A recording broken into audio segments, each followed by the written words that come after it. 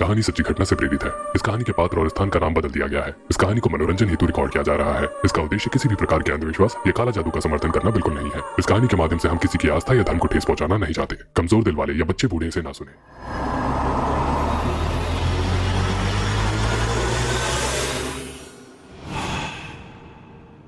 16 जुलाई 2012 कसेड़ी घाट। 4 दोस्त अनिकेत, साहिल, राजीव और अमित सब हॉलीडे एंजॉय करने के बाद रात में घर वापस लौट रहे थे। तभी अमित कहता है, अरे यार ये रास्ता खत्म कब होगा? 2 घंटे से इसी रास्ते पर भटक रहे हैं। बैठे बैठे कमर में मोच आ चुकी है। राजीव, हाँ यार साहिल, तुझे इस रास्ते के बारे में पता भी है या ऐसे ही गाड़ी भगाया जा रहा है? साहिल, पता नहीं यार, दिन में तो ये रास्ता जल्दी कट जाता है। ना जाने इस वक्त ऐसा क्यों हो रहा है। और वैसे भी मैं रात में इस रास्ते से सफर नहीं करता हूं। दिन में 2-3 बार यहां से गुजरा जरूर हूं, लेकिन रात का एक्सपीरियंस मुझे नहीं है। वो सब आपस में बात ही कर रहे थे कि तभी उन्हें पीछे से एक ट्रक की तेज हॉर्न सुनाई देती है। वो गाड़ी लगातार उनकी गाड़ी को ओवरटेक करने की कोशिश कर रही थी। अमित, कैसा ड्राइवर है? पी के गाड़ी चला रहा है क्या? इतने में उस ट्रक ने इनकी गाड़ी को एक जोरदार टक्कर दी और लगातार हॉर्न बजाता रहा। अनिकेत, साहिल साइड दे उसको, वरना ऐसा लगता है कि हमें मारने के इरादे से आया है। साहिल उस ट्रक को साइड दे देता है और वो गाड़ी सीधा आगे निकल जाती है। साहिल, तुम लोगों ने उस गाड़ी को देखा? ऐसा लग रहा था जैसे पुरानी खंडर से निकाली हो। ऐसा लगता है 200 साल पुरानी ट्रक है। वो सभी इस इंसिडेंट से घबरा गए। तकरीबन 10 मिनट बाद उनकी गाड़ी एक पुराने कब्रिस्तान से गुजरती है। उस हाईवे पर एक कब्रिस्तान भी पड़ता था।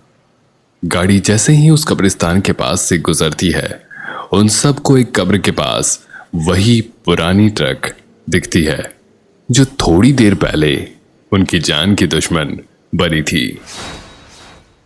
राजीव, साहिल, गाड़ी रोक, वो देख। अमित, अरे ये तो वही ट्रक है। साहिल, मुझे लगता है कि हमें एक बार जाकर देखना चाहिए कि बात क्या है। अमित, तू पागल है क्या? आधी रात इस तरह कब्रिस्तान में जाने की बात कर रहा है? अरे मरना है क्या तुझे?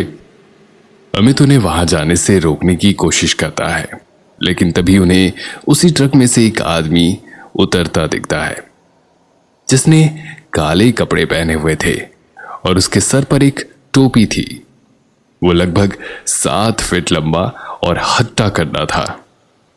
ये देखकर न जाने क्यों सबकी उत्सुकता बढ़ गई और अमित के अलावा सभी उस आदमी के बारे में पता लगाने के लिए उत्सुक हो गए। सभी उस आदमी के पीछे जाते हैं और अमित को भी मजबूरन उन तीनों के साथ जाना पड़ता है। चारों जब उस ट्रक की दीवार के पास पहुंचे तो उनका दिल बैठ गया। उन्होंने जो देखा उसे देखने के बाद उनके रोंगटे खड़े हो गए। उन्होंने देखा कि एक ट्रक ड्राइवर कब्र खोदकर लाशों को निकालकर उसे बेरहमी से खाया जा रहा था। जिस्म के हर एक अंग को निकालकर गंदी तरह से चबा रहा था वो।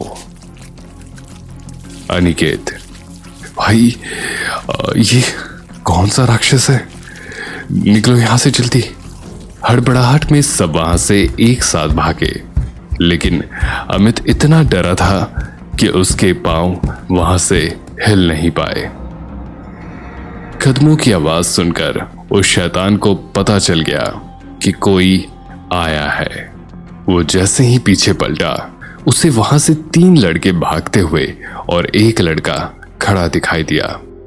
वो शैतान अमित के करीब पहुंचा और उसने सीधा अमित के गले पर वार किया और एक ही वार में अमित की दर्दनाक चीख निकली और इसी के साथ अमित की वही मौत हो गई।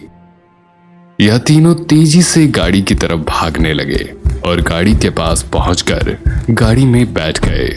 वो शैतान इनके पीछे नहीं भागा था, बल्कि दूर से ही खड़ा उन्हें घूर रहा था। साहिल गाड़ी स्टार्ट करने की पूरी कोशिश कर रहा था, लेकिन उसकी कार स्टार्ट ही नहीं हो रही थी। तभी वो दूर खड़ा शैतान धीरे धीरे उनकी तरफ बढ़ता है और वो लगभग गाड़ी के नजदीक पहुंच ही गया था कि तभी गाड़ी स्टार्ट हो गई और तेजी के साथ साहिल गाड़ी को आगे बढ़ाने लगा।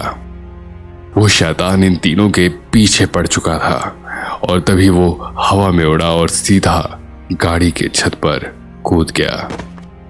और जैसे ही अनिकेत ने उसे देखने के लिए अपना मुंह गाड़ी से बाहर निकाला, तभी उस शैतान ने अनिकेत का सर भी अपनी भारी तलवार से काटकर अलग कर दिया। अधकटा शरीर गाड़ी में ही फड़फड़ाने लगा। ये देखकर साहिल और राजीव दोनों डर गए और दोनों जान बचाने के लिए चलती गाड़ी से कूद गए। वे दोनों घास के मैदान में गिरे, जिससे उन्हें कम चोट आई। वे दोनों सांस दबाए घास में ही लेटे रहे, लेकिन उनके डर को उस शैतान ने महसूस कर लिया था। और फिर शैतान को राजीव एक कोने में दिखा।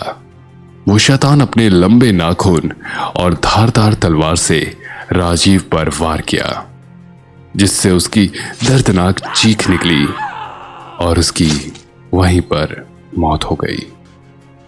उस शैतान ने साहिल को नहीं देखा था और साहिल भी राजीव की मौत के वक्त वहां से निकल चुका था, जिसकी वजह से वो बच गया। उस रात कसेड़ी घाट हाईवे पर जो भयानक हादसा उन सब के साथ घटा, उससे हमें ये सीख लेनी चाहिए कि अंधेरी रातों में सुनसान रास्तों से गुजरने का अंजाम कितना खौफनाक हो सकता है।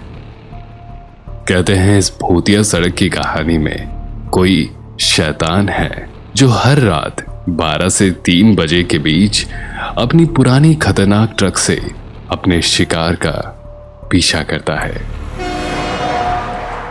और उसे मारकर कब्रिस्तान में दफन कर देता है और अगली रात उसे कब्र से निकालकर उसके जिस्म के टुकड़ों को खाता है, जिससे वो अमर रह सके। ये थी आज की कहानी हॉन्टेड रोड।